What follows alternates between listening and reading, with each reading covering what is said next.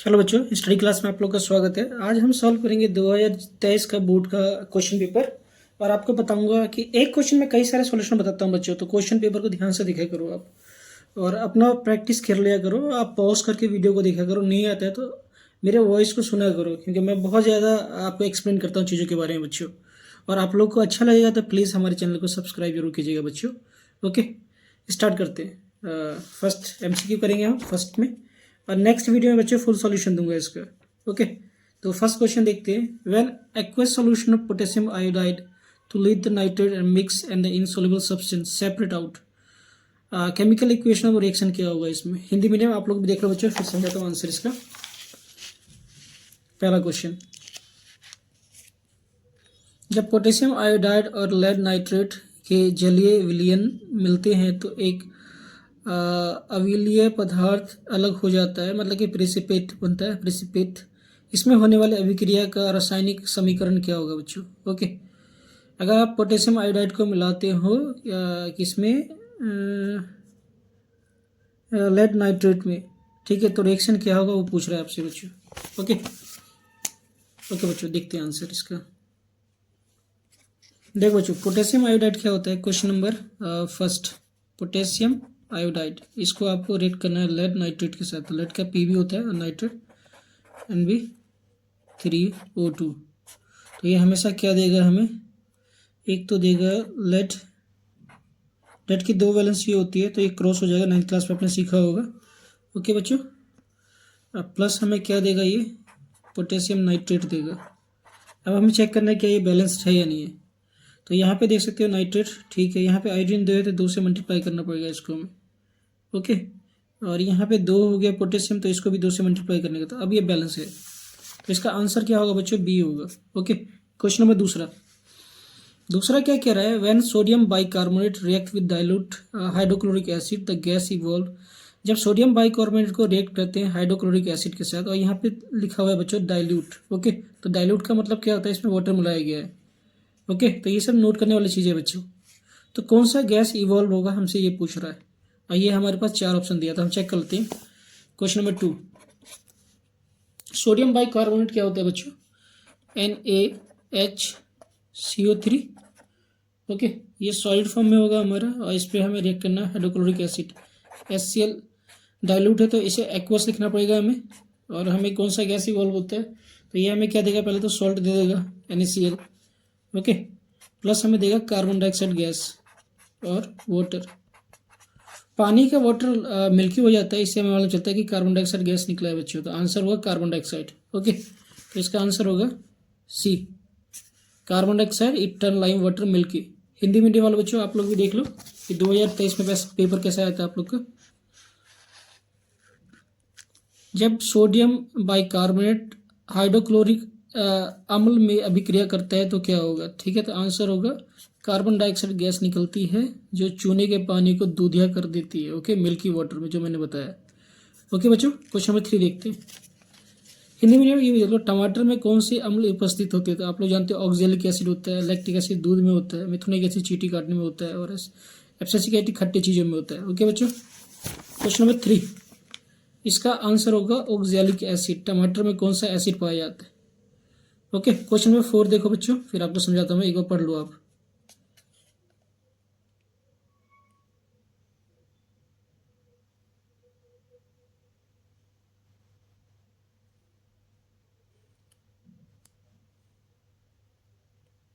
Okay, a metal ribbon X burn in oxygen with the dazzling white flame, forming a white S Y. The correct description X Y and type the reaction। आप जानते हो कि dazzling flame के साथ कौन जलता है, हमेशा मैग्नीशियम जलता है।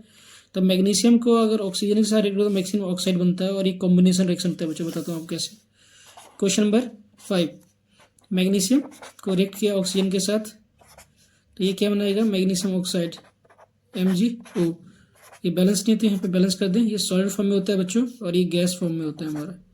तो ये दोनों कंबाइन हो गया तो इसे कॉम्बिनेशन रिएक्शन बोला जाता है। तो आंसर क्या होगा हमारा, बी। ओके, इसका आंसर होगा बच्चों बी, देख लो आप।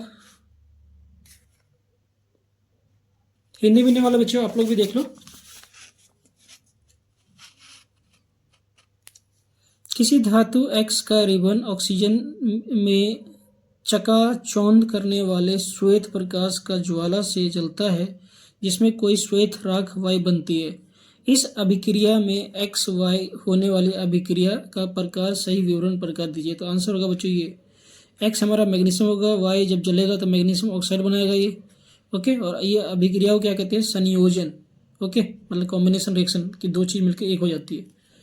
क्वेश्चन नंबर 5 देखते हैं बच्चों।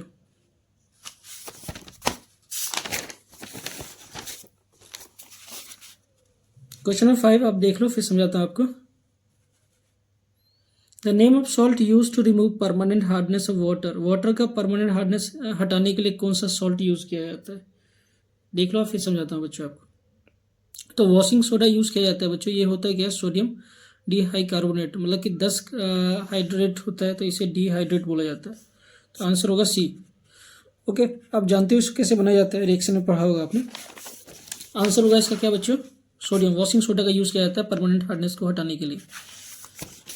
क्वेश्चन नंबर 6 एक बार देख लो, फिर आपको समझाता हूँ मैं स्ट्रक्चर फॉर्म बना के। Electron dot structure of chlorine molecules. Okay, तो आप जानते हो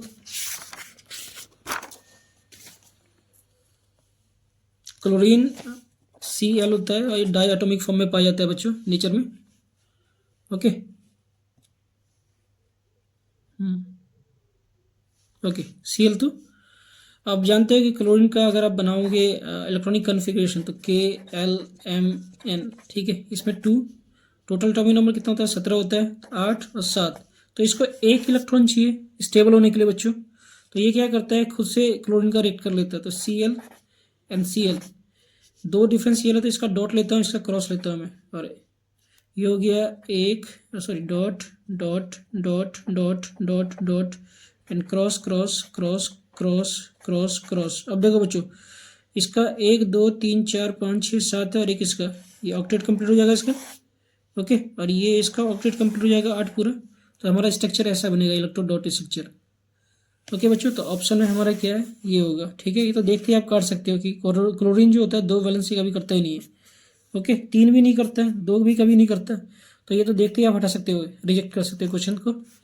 ओके, MCQ करने के लिए बच्चों पूरा नॉलेज चाहिए, ठीक है। आपको आता होगा तो ठीक है, नहीं आता होगा तो 100% गलत होगा।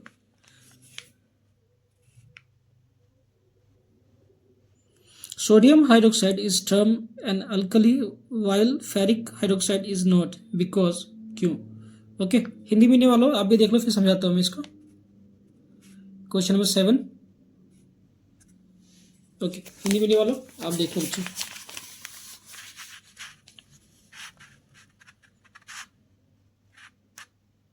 ओके, सोडियम हाइड्रोक्साइड क्षार है जबकि फेरिक हाइड्रोक्साइड क्षार एल्कली नहीं है, क्योंकि।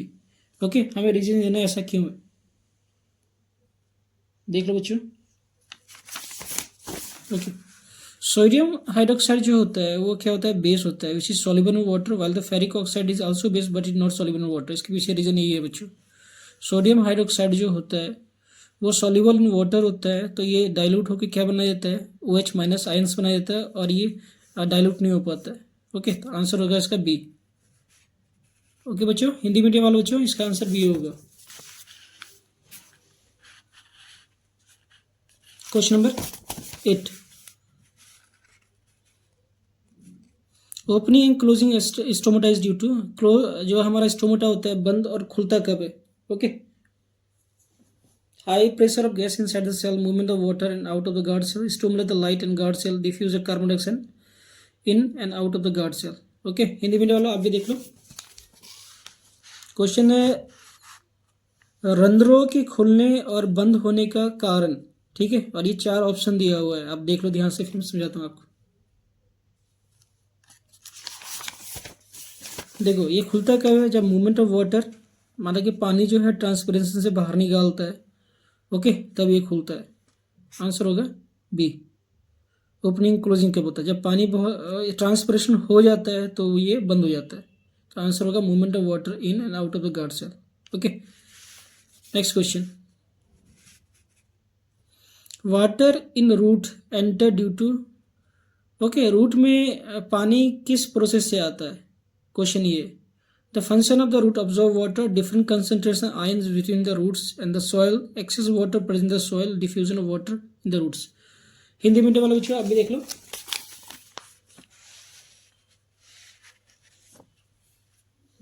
जड़ों में जल के प्रवेश करने का कारण है, क्या कारण है?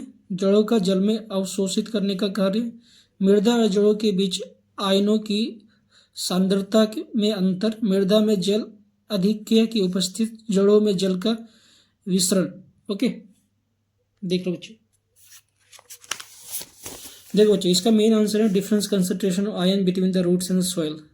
इसी के कारण पानी जड़ों में जाता है और फिर ये जाइलम टिश्यू के द्वारा लीफ में जाता है और वहाँ पे खाना बनता है। खाना बनने के बाद जो फोइलियम ट्यूब है या फोइलियम टिश्यू है वो डिस्ट्रीब्यूट करता है खाने को पूरे पेड़ में। ओके बच्चों, तो ये कॉम्प्लेक्स परमानेंट टिश्यू आप लोगों ने 9th क्लास में पढ़ा होगा। क्वेश्चन नंबर 10,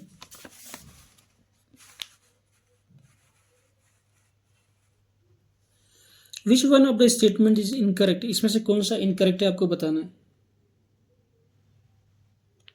देखो बच्चों, DNA has complete information for the particular characteristic, ये बिल्कुल सही बात है। DNA is a molecule responsible for the inheritance of the characteristic from the parents to the officer, ये भी बात सही है। हमें क्या कहता है कि पेरेंट्स से बच्चों में इन्फॉर्मेशन ट्रांसफर होता है या इनहेरिटेंस कैरेक्टरिस्टिक ट्रांसफर होता है डीएनए के थ्रू, ये सही बात है। Change in information will produce different proteins, ये भी बात ठीक है बच्चों, अलग प्रोटीन में अलग इन्फॉर्मेशन होता है। Characteristic will remain same even the protein change, देखो बच्चों प्रोटीन चेंज होता है तो इन्फॉर्मेशन भी चेंज हो जाता है, ये आपको पहले भी मैंने बताया था कोई सैम्पल पेपर पर सॉल्व करके। ओके, तो इसका आंसर ये होगा, ये डी सही है बच्चों। ओके, हिंदी मीडियम वाला आप भी देख लो।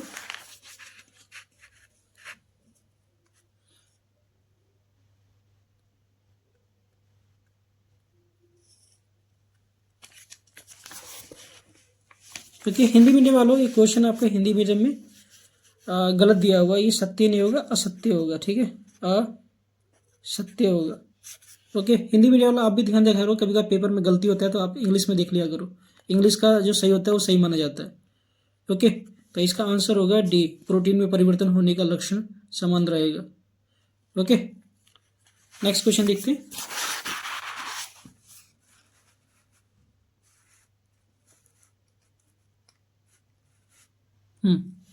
Sensory nerve of reflex arc carry information from receptor cell to the dash spinal cord, brain, muscles of the effector organ, bones of the receptor organ. Okay, Hindi में आप भी देखो। किसी भी प्रतिवर्ती चाप के संवेदी तंत्रिका कोशिका सूचना को ग्राही कोशिका में कहाँ तक पहुंचाई जाती है। ओके, तो ये कहाँ से होता है बच्चों? ये हमेशा रिफ्लेक्स सेक्शन में आपको पढ़ाया था मैंने कि जो हम सेंस जो होता है या इन्फॉर्मेशन सेंड होता है वो ब्रेन तक नहीं जाता है। ओके, यहीं से रिफ्लेक्ट आर के द्वारा रिफ्लेक्स होता है, स्पाइनल कोड के द्वारा ही होता है। मेरी रज्जू हिंदू में कहते हैं शायद इसको। ओके बच्चों, स्पाइनल कोड होगा 11 का आंसर। 12 एक बार देख लो, आप समझाता हूँ।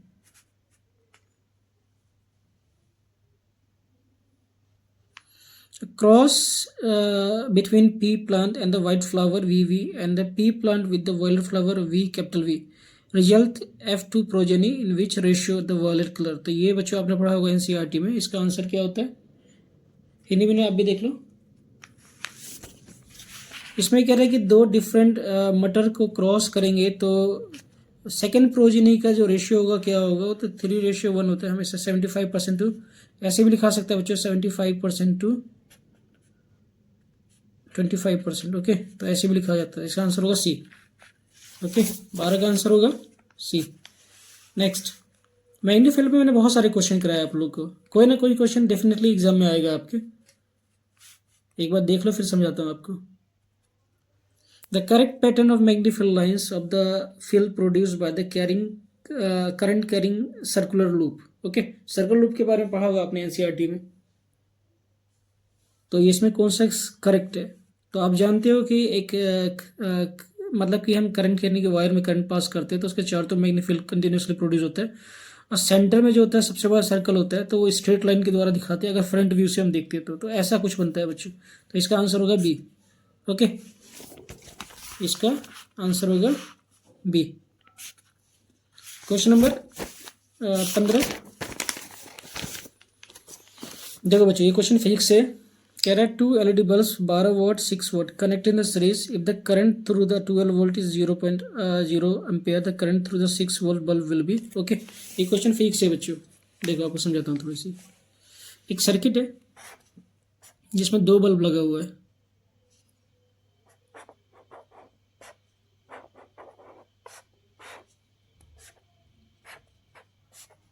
तो ये हमारा स्विच है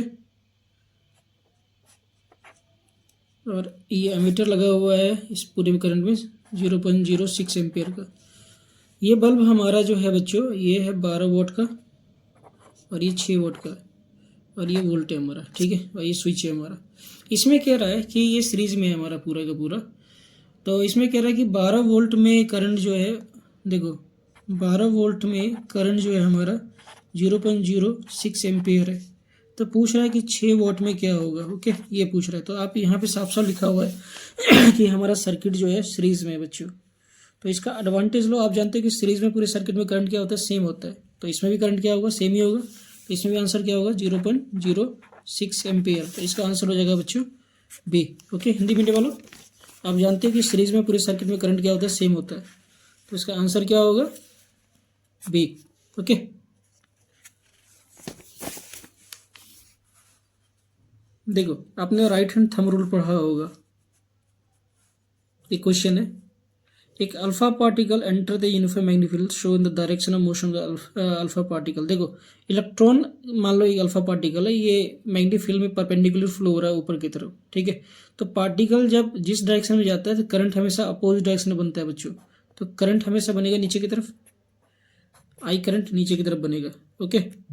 और ये हमारा मैग्नेटिक फील्ड लाइन है। तो पूछ रहा है the direction of motion of alpha particle क्या होगा, तो आउट ऑफ द पेज होगा। अगर आपको लेफ्ट हैंड थंब रूल आता होगा तो इसको यूज़ करना। करंट का डायरेक्शन नीचे होगा बच्चों, अगर पार्टिकल मूव ऊपर की तरफ कर रहा है तो, ओके। नेक्स्ट हिंदी मेरे वालों आप भी देख लो, आंसर होगा कागज के बाहर की ओर 15 का आंसर, ओके। ये फिजिक्स का क्वेश्चन है बच्चों, एक बार देख लो फिर आपको समझाता हूँ मैं।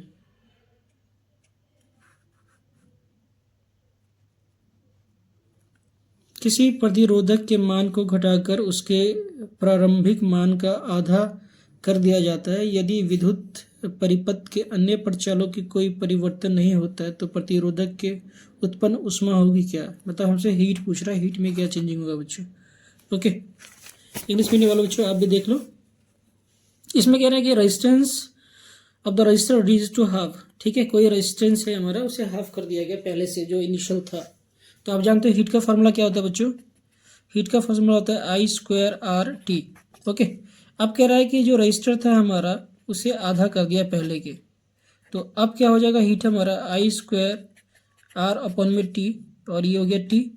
अब देखो नीचे से मैं 1/2 कॉमन ले लूँ बच्चों, तो 1/2 कॉमन ले तो क्या हो जाएगा ये I²RT। अब ये किसके बराबर है, H के बराबर है। तो ये H डैश इक्वल टू कितना हो जाएगा 1/2 H। तो हमारा हीट जो होगा पूरे सर्किट में क्या होगा, आधा हो जाएगा। तो आंसर क्या होगा हाफ, सी, ओके बच्चों। आंसर होगा हमारा सी। हिंदी में वालों आपको भी समझ में आ जाएगा, हीट हमारा आधा हो जाएगा क्योंकि जितना ज़्यादा रेजिस्टेंस होता है उतना ज़्यादा हीट जनरेट होता है सर्किट के अंदर, ओके बच्चों देख लो। नेक्स्ट असर्शन रीजनिंग करने के लिए आपको प्रॉपर नॉलेज होना चाहिए बच्चों।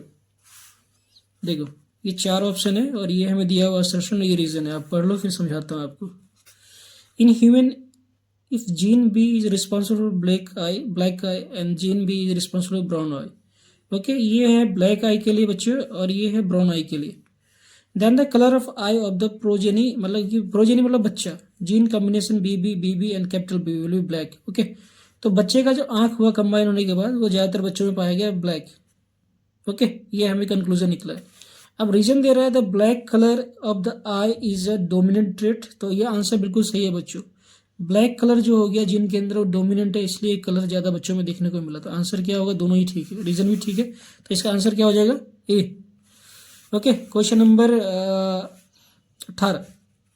18 में क्या कह रहा है कि reaction of quick line with water is an exothermic reaction. देखो बच्चों ये बहुत सारे रिएक्शन में करा चुका है सैम्पल पेपर में, और ये एक्सोथर्मिक रिएक्शन होता है, आप जानते हो। देखो क्विक लाइन कैल्शियम ऑक्साइड को कहते हैं, ये सॉलिड फॉर्म में होता है। इसको रिएक्ट किया हमने वाटर के साथ, विगरसली रिएक्ट करता है और ये क्या बनाता है, कैल्शियम हाइड्रोक्साइड, इसको हम कहते हैं स्लैक लाइम कहते हैं, और प्लस हीट निकलता है। ओके बच्चों, तो ये एक्सोथर्मिक होता है। अब ये तो मैंने बना के दिखा दिया आपको। Quick lime react vigorously with the water releasing the large amount of heat, तो ये दोनों बात सही है, ये भी ठीक है, ये भी ठीक है, तो इसका भी आंसर क्या हो जाएगा बच्चों, ए हो जाएगा। ओके, हिंदी मीडियम वालों आप भी देख लो। बिना बुझे चूने की पानी में अभिक्रिया उष्मा झेपी अभिक्रिया है। बिना बुझा चूना पानी में बहुत तीव्र अभिक्रिया करते अत्यधिक मात्रा में उष्मा उत्पन्न करता है। बिल्कुल ठीक बात है। ओके, तो मैंने आपको बता दिया इसका आंसर क्या होगा बच्चों, ए होगा, दोनों ही कथन ठीक है। क्वेश्चन नंबर 19, एक बार देख लो फिर समझाता हूँ। कह रहा है current carrying straight conductor experience a force when a place a perpendicular direction magnetic field. Okay, कोई भी चीज़ को आप मैग्नेटिक फील्ड में डालोगे तो वो एक फोर्स को एक्सपीरियंस करता है। ओके, रीजन दिया हुआ net force on the current carrying conductor is always zero. Net force जो होगा वो हमेशा जीरो होगा, ये हमें दे रखा है। तो ये बच्चों देखो, ये हमें जो दे रखा है ना,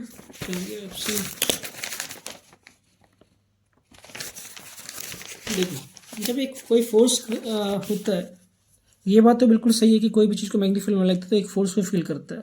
नेट फोर्स में current carrying conductor is always zero, ये बात ठीक नहीं कि हमेशा जीरो होता है, ये कभी कभार जीरो हो सकता है जब एक दूसरे के परपेंडिकुलर होता है। ओके, जब दोनों 90 डिग्री बनाता है तो cos 90 डिग्री जीरो होता है, तो फोर्स जीरो होता है, इसी केस में हो सकता है, और कोई केस में नहीं होता है बच्चों। तो असर्शन सही है, रीजन इनकरेक्ट है, तो इसका आंसर क्या हो जाएगा बच्चों, सी हो जाएगा। ओके, इसका आंसर हो जाएगा 19वें का सी। 20वें का आंसर देखते हैं। देखो, the inner walls of the small intestine have the finger like projection called villi which are rich in blood. ये बिल्कुल सही दिया है, ठीक है, आपने विली के बारे में पढ़ा होगा, स्मॉल इंटेस्टाइन में पाया जाता है और ये फूड को ऑब्जॉर्ब करता है। Second, this villi have the large surface area to help the small intestine to complete digestion of food. ये बिल्कुल सही रीजन है बच्चों। देखिए, तो 20वें का आंसर क्या हो जाएगा, ए हो जाएगा। Assertion reason both is correct, तो आंसर इसका हो जाएगा ए। ओके बच्चों, नेक्स्ट पार्ट में पूरा फुल सॉल्यूशन दूंगा बच्चों, और आशा करता हूँ कि आपको अच्छा लगेगा। अच्छा लगेगा तो जरूर हमारे वीडियो को लाइक, सब्सक्राइब, कमेंट कीजिएगा और अपने दोस्तों को शेयर कीजिएगा, तो डेफिनेटली उनको बोर्ड के एग्जाम में हेल्प मिलेगा बच्चों। धन्यवाद बच्चों।